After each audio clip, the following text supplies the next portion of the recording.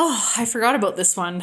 I'm just looking at some notes that I was taking when I first started dating Andrew, when I was piecing together what was different about him before I started reading about the autism spectrum and before we got him diagnosed.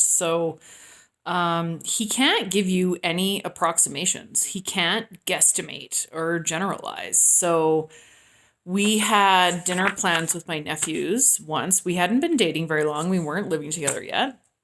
So we were friends for a year before we started dating, but we had only been dating, I want to say a month or two. And I had told him that morning, like, remember, we have dinner with my nephews tonight. And he was like, yeah. And he had asked me a week before because he was taking quite a bit of overtime hours after work, and he had asked me, he was like, do you need more attention, like, are we okay? And I was like, no, I'm good. And he's like, okay, because I'm doing like a lot of extra work because it was overtime and stuff. And he's like, is it bothering you? And I was like, no, it's fine, because when I'm with Andrew, he's so present and I have his full attention, so seeing him in less volumes is fine because our time is always quality time. So I had given him permission to take overtime hours. So that morning, when I reminded him that we had dinner that night with my nephews for their birthdays, are kind of close together, so I like to take them both out. I didn't specify, so that means don't take overtime hours, right? Which now I would do that now that I understand the autism spectrum. So I told him in the morning, and he was like, yeah. And I sent him a message around 4 because they live out in Airdrie, which is about a half an hour drive from Calgary. And I said, should we meet there? And he just texted me, I'm still working. I'll let you know when I'm done, which is fact, right? He told me fact. And so another 45 minutes went by. I'm getting antsy. I'm getting a little bit ticked off. And we lived right beside each other at the time, like a 4-minute drive. So why would we take separate cars? But I didn't know how long he was going to be. I think I sent him another text and he just was like, I'm still working. So I just left and said I'd meet him in Airdrie and sent him the address. So we got to Airdrie and my brother-in-law had made us like ribs and stuff. And we were waiting for Andrew. I think I had asked him when he would be done, and he was just like, I'll let you know when I'm done. Because to him, he can't guesstimate. He doesn't know. He will be done when the job is fixed, right? He works on machines. He's fixing things. So he's not going to guesstimate. He's actually incapable of it, which I didn't know at the time. So I think another hour went by and we just ate, and now I'm just getting ticked off because I'm just like, hello, like, we're waiting for you. At no point did he say, like, it's looking like I'm gonna be a while, don't wait for me to eat.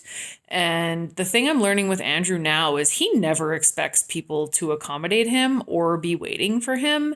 And in our relationship now, I know that Andrew does things on his own time, and he's never actually really doing anything wrong. He's always doing what he's supposed to do. He isn't going to rush to accommodate a dinner. And if I would have said, please be off by 4, he would have been.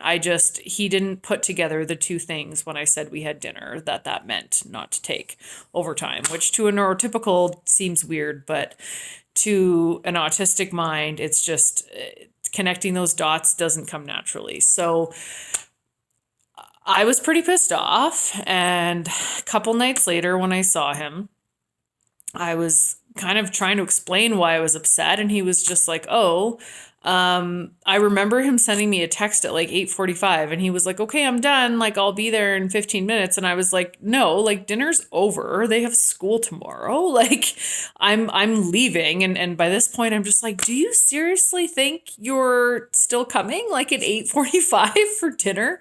But he did, because in his head, I'm going to work. And then when I'm done, I'm going to go meet Michelle, right? He's not really factoring in all of these things that affects everyone else, like the time and school and the fact that they go to bed earlier and whatever. So it took me a little while to figure it out, but he told me about the job and I was like, what took you so long? And he's like, well, this happened and this happened. And then the guy kept talking to me, and then I had to go buy this part at the store. And I'm like, what time did you go get the part at the store? And he's like, oh, probably around like 7:30. And I'm like, okay, so at 7:30, like, you didn't think to tell me, hey, this is going to be a while. Like, I won't make it for dinner. And he just, I don't even think he knew what to say. And this is when I started kind of realizing like, this guy's really trying to be a good boyfriend. And I can tell that he felt terrible and he didn't really understand what he did. Like, he actually didn't understand what he did. And this is the thing with people on the spectrum is he's never trying to ruin my day. And now that I understand him, I just go about my day and he'll just join me whenever it works or whatever. Or I'll know to ask the right questions. Like if I would have asked what part of the job are you in, and he would have maybe said, "Oh, I'm still fixing this," and I would have understood that it would take longer, but expecting him to be like, "Oh, this is going long, it might take a few hours." He doesn't know how to use the word might. It's not fact. So, yeah, just one of the traits with guesstimating and him not realizing how his actions affect other people. But now that I understand it, it hasn't been an issue in our relationship in a long time because I know what questions to ask and I don't wait for him, and he's never mad. He's never going to show up somewhere and be like, "Hey, you started eating without me," or he's expecting you to just live your life as you would, and he'll show up when he's done. So, another reason he's good at his job is he's not gonna let the fact that I'm waiting for him make him rush his job and not do it properly, which is great. So,